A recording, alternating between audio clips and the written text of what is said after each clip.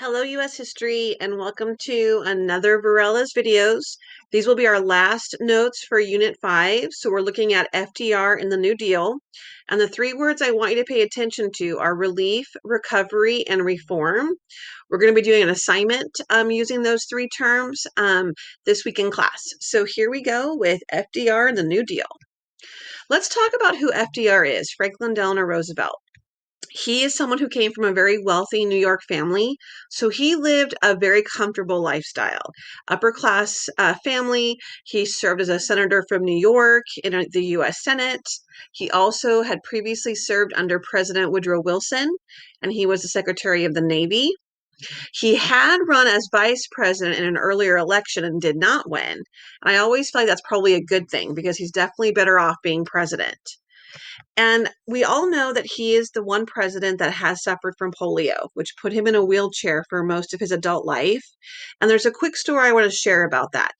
FDR grew up very popular, very athletic, and really handsome. I know he's an older man here in this picture, but he was very popular with the ladies.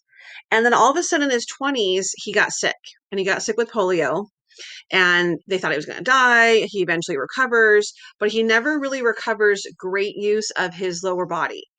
And later on, reflecting on this, he was angry at first, but he often said that contracting polio actually made him a better person because for the first time in his life, he suffered hardship. He physically realized what it's like to not have everything handed to you and have it be so easy. And he thinks that's what credits him for becoming a better leader because it really let him understand, honestly, how the other half lived. So he did not want to be photographed in his wheelchair. When he ran his campaigns, he was always standing for his speeches. But yes, in private and when not on camera, he was in his wheelchair. So the election of 1932 is going to be the first year, the first election that FDR is going to win. So he will be the Democratic nominee. And he is running against the incumbent. That's what we call the man who was sitting as president and who's running for reelection. And that was Herbert Hoover. And we learned about Herbert Hoover before, the guy that had the bad luck to be president right when the stock market crashes and really the Great Depression begins. And one of FDR's key campaign promises is that he is promising a more active role for the federal government. And as you're thinking about what political party you might want to join, this is kind of a key difference between the Democrats and Republicans. Republicans are more of the mindset that the government really should try to stay out of business and let business regulate itself. Whereas the Democrats want to get more involved and kind of be in the business. So it's just honestly a different philosophy. But regardless, the Great Depression is a time to get involved. There needs to be a more active role for the government. And so he promises this New Deal. And that New Deal is his plan of government to try to fix the economy. What will he do? And what will he do with the government once he is in charge of it? So here's a wonderful quote from Herbert Hoover. And I think it's important to write down. He says, "This campaign is more than a contest between two men. It is a contest between two philosophies of government." And he's not wrong. And it really comes down to, what do you want the leader of this government to do? So in 1932, I'm not going to lie, Hoover does not have a good shot. I think anybody could have run against Herbert Hoover and won. But let's look at a map that shows you the Electoral College vote for the election of 1932. It's going to be a landslide. FDR is going to win by a lot. It's probably one of the most one-sided elections we've ever seen. And here is that map. So the blue states represent the states that awarded their electoral votes to the Democrats. In this case, it would be FDR. And the red are the states that voted for Hoover. And honestly, it's just this tiny northern, northeastern part of our country. That is it. So I think it's not saying the Democrats are super popular. I think what this is saying is that people do not like Hoover. And what they're saying is we need someone to do something. Remember, Herbert Hoover was about volunteerism and charity, and that's great, but there needs to be more. This depression is terrible and it's not getting better. So let's look at some of the key parts of the New Deal. And here's the word relief that I mentioned earlier. So when we think of relief, immediate action to halt the economy's deterioration. Let's do something right now to fix it. Recovery. Recovery is almost like temporary programs. And the whole point of these programs is to get something going now just to help restart the economy, restart the flow of demand. People are not buying things because they don't have money. So let's focus on that, but it's only temporary. And then reform is going to be long term. Reform is going to be your permanent programs that are really meant to avoid another depression and ensure that citizens are protected. So, sorry about changing the slide there. And that this will not happen again. And we're going to put safeguards in place to make sure that's the case. So, these three words really are the focus of the New Deal. So when FDR takes office, his first 100 days, this becomes sort of a new mark of the presidency.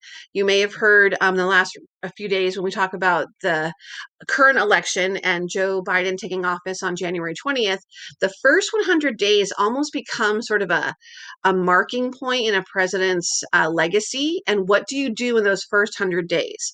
FDR did the most that anyone has ever seen. And I don't think anyone will ever match this. He's focusing on the relief, the immediate relief. He's going to pass what's called the emergency banking bill.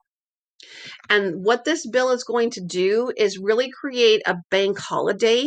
And this is basically a way of having the banks close for a period of, I think it ends up being 8 days, and just restructure yourself. Get your books in order. Look at what's happening. And when you reopen, you should be able to reopen as sound banks. This is also the time when FDR begins his famous fireside chats. And you can see a picture here. All those, this is on the radio, so all those microphones are going on the radio. But he speaks to the American people every week, especially on Sundays. And it's usually a way to just kind of get everyone together, and he talks to them. It's so important to hear from your leaders in times of crisis, and that's what he is doing. And these fireside chats make every citizen feel like he is speaking directly to them. And it's coming through their radio. And the radio is kind of like TV today. Almost every house has at least one TV. And so radios were just like that in the 1930s.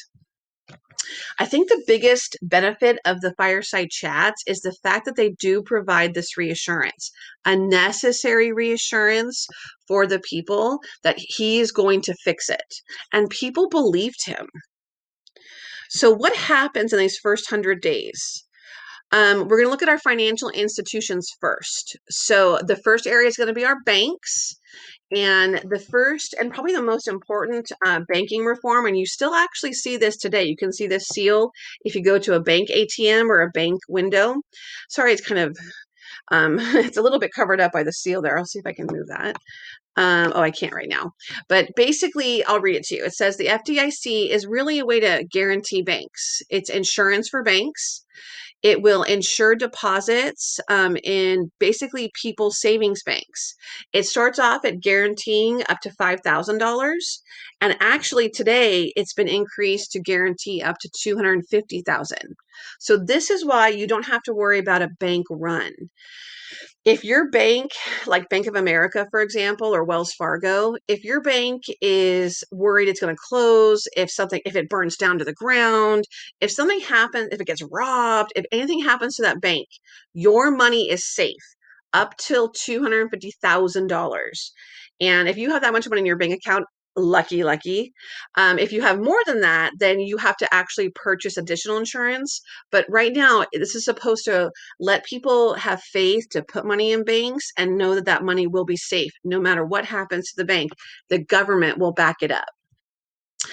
The Security Exchange Commission, the SEC, is going to regulate our stock market and help stabilize it. So today, there is a group that their whole job is to watch the stock market transactions. If you do something a little shady, they will get you. This is going to be a part of this financial reform. Still going. How do we help farmers? Because we talked about farmers needing help. Well, in the first 100 days, you're going to have what's called the AAA, not AAA Auto, the Agricultural Adjustment Act. This is going to address the overproduction and crop prices that farmers were dealing with. So, what is it? It honestly is a system to, rather than tax farmers, we're going to tax the people that process their food. So, factories or companies that maybe turn that corn into canned corn. And then that money is actually from those taxes is given directly to farmers. And don't freak out, but it pays them not to grow food. And I know that sounds bizarre, but the idea is to decrease the supply so that prices will go up. Remember, supply and demand. And farmers can't just not farm. Like, that's not going to work. So this is a way to help them get money and also help the supply issue. For the rural South, places that are sort of kind of ignored since the Civil War, we're going to see the creation of the TVA, the Tennessee Valley Authority. This is going to be a group, a government agency that's going to build dams in the Tennessee Valley area. And these dams are going to provide irrigation. They're going to provide more hydroelectric power, so basically electricity, to parts of the South that really haven't seen much attention and really much updating and modernization since the Civil War, and they don't have the money to do it. The TVA also is going to create jobs. So it provides electricity, it helps control the flooding in some of the rivers in the South, and most importantly, it will create jobs. Again, all of these ideas are meant to help improve all parts of the country and all people that live here. So here is sort of the more agricultural setting. What happens with industry? I'm sorry, these slides are kind of jam-packed because this is such an important topic. So if that was farmers, here's industry. We have something called the CCC, the Civilian Conservation Corps. And basically that's going to be, again, we're kind of into the more of the recovery aspect, but temporary jobs, usually to unmarried single adults, mostly men. They would fill sandbags, help at disaster areas, and they kind of lived almost like they were in the military in barracks. The idea is they traveled and they go where they're needed. But the idea is it's meant to help and it's a paycheck. Public Works Administration, the PWA, is also going to work on finding more funds to help build roads and other projects throughout the country. So again, another way to give people jobs. In terms of factories, the National Recovery Act, so the NRA in this case, National Recovery Administration, is going to basically create a group of businesses and they're going to regulate each industry. So, like, for example, the car manufacturers get together and come up with a set of rules and regulations for the car industry. And the members of this get to wear sort of a blue Eagles type badge on their jackets or on their shirts. And the idea was you're looking at people who are trying to kind of come up with some consistency and some similarity from company to company to help all of the economy in the long run. So the first New Deal is what we call Roosevelt's first term of office, his first 4 years. He will run for re-election in 1936, and his second New Deal is going to kind of focus more on the social aspects that people feel like he hasn't really been addressing, because everything I just said to you seems to come from business. So we're going to look at providing jobs, so an additional $5 billion for new jobs. The Works Progress Administration, I know it's a million, what's it called? Abbreviations. I'm not going to make you remember all of them, so don't worry, but you should know what they're for. So we're looking at basically this idea of continuing trickle-down economics, which was an idea of Herbert Hoover, but the idea is it's supposed to try to kind of spread that wealth out. Now, the Social Security Act is the biggest one, so I'm going to go ahead and press all of this so you can start looking at it. And the idea is we're looking at the Social Security Act, which is still around today.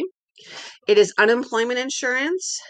It's aid to families that have children, those who perhaps become disabled, or the elderly, those that are simply maybe too old to continue working. And I know this is a lot to write down, but it's so important. The Social Security Act is going to literally be a permanent agency that's still around today. And the idea is that it was designed to allow the older parts of our population a chance to retire and still have money to survive.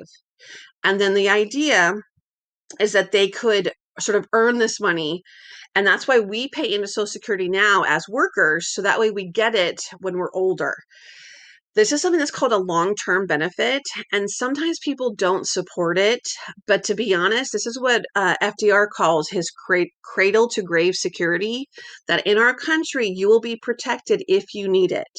So that was the hope of Social Security. This is the beginning of what we call the modern welfare state. And yes, it is still around today.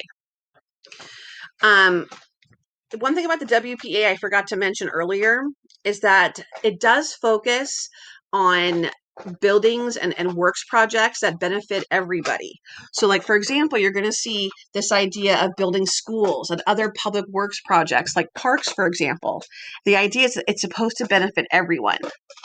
Plus, the second New Deal will have more aid to farmers and continuing this idea of creating water projects and electricity in other areas. Okay, so this last slide here, I'm going to be separating this slide out for our next assignment. So don't write anything down here, just read it, because I'm actually going to have you research some of these acts for an assignment in class. So you don't have to copy it, just look at it. And the same with this chart. This is a chart from actually a textbook, not our current textbook, but a good part of our textbook that gives you more description of what some of these parts of the New Deal are and what they do. So just read it, just look at it. You don't have to copy it down. I'm not going to make you memorize this, but I am going to have you use this slide and the previous slide to do an assignment in class. So I'm going to go ahead and stop our notes there. Thank you so much. I know this was a long one. I'm so sorry, but the New Deal is one of the most important parts of our history. So I will see you in class. I hope you took some good notes, and I will see you soon.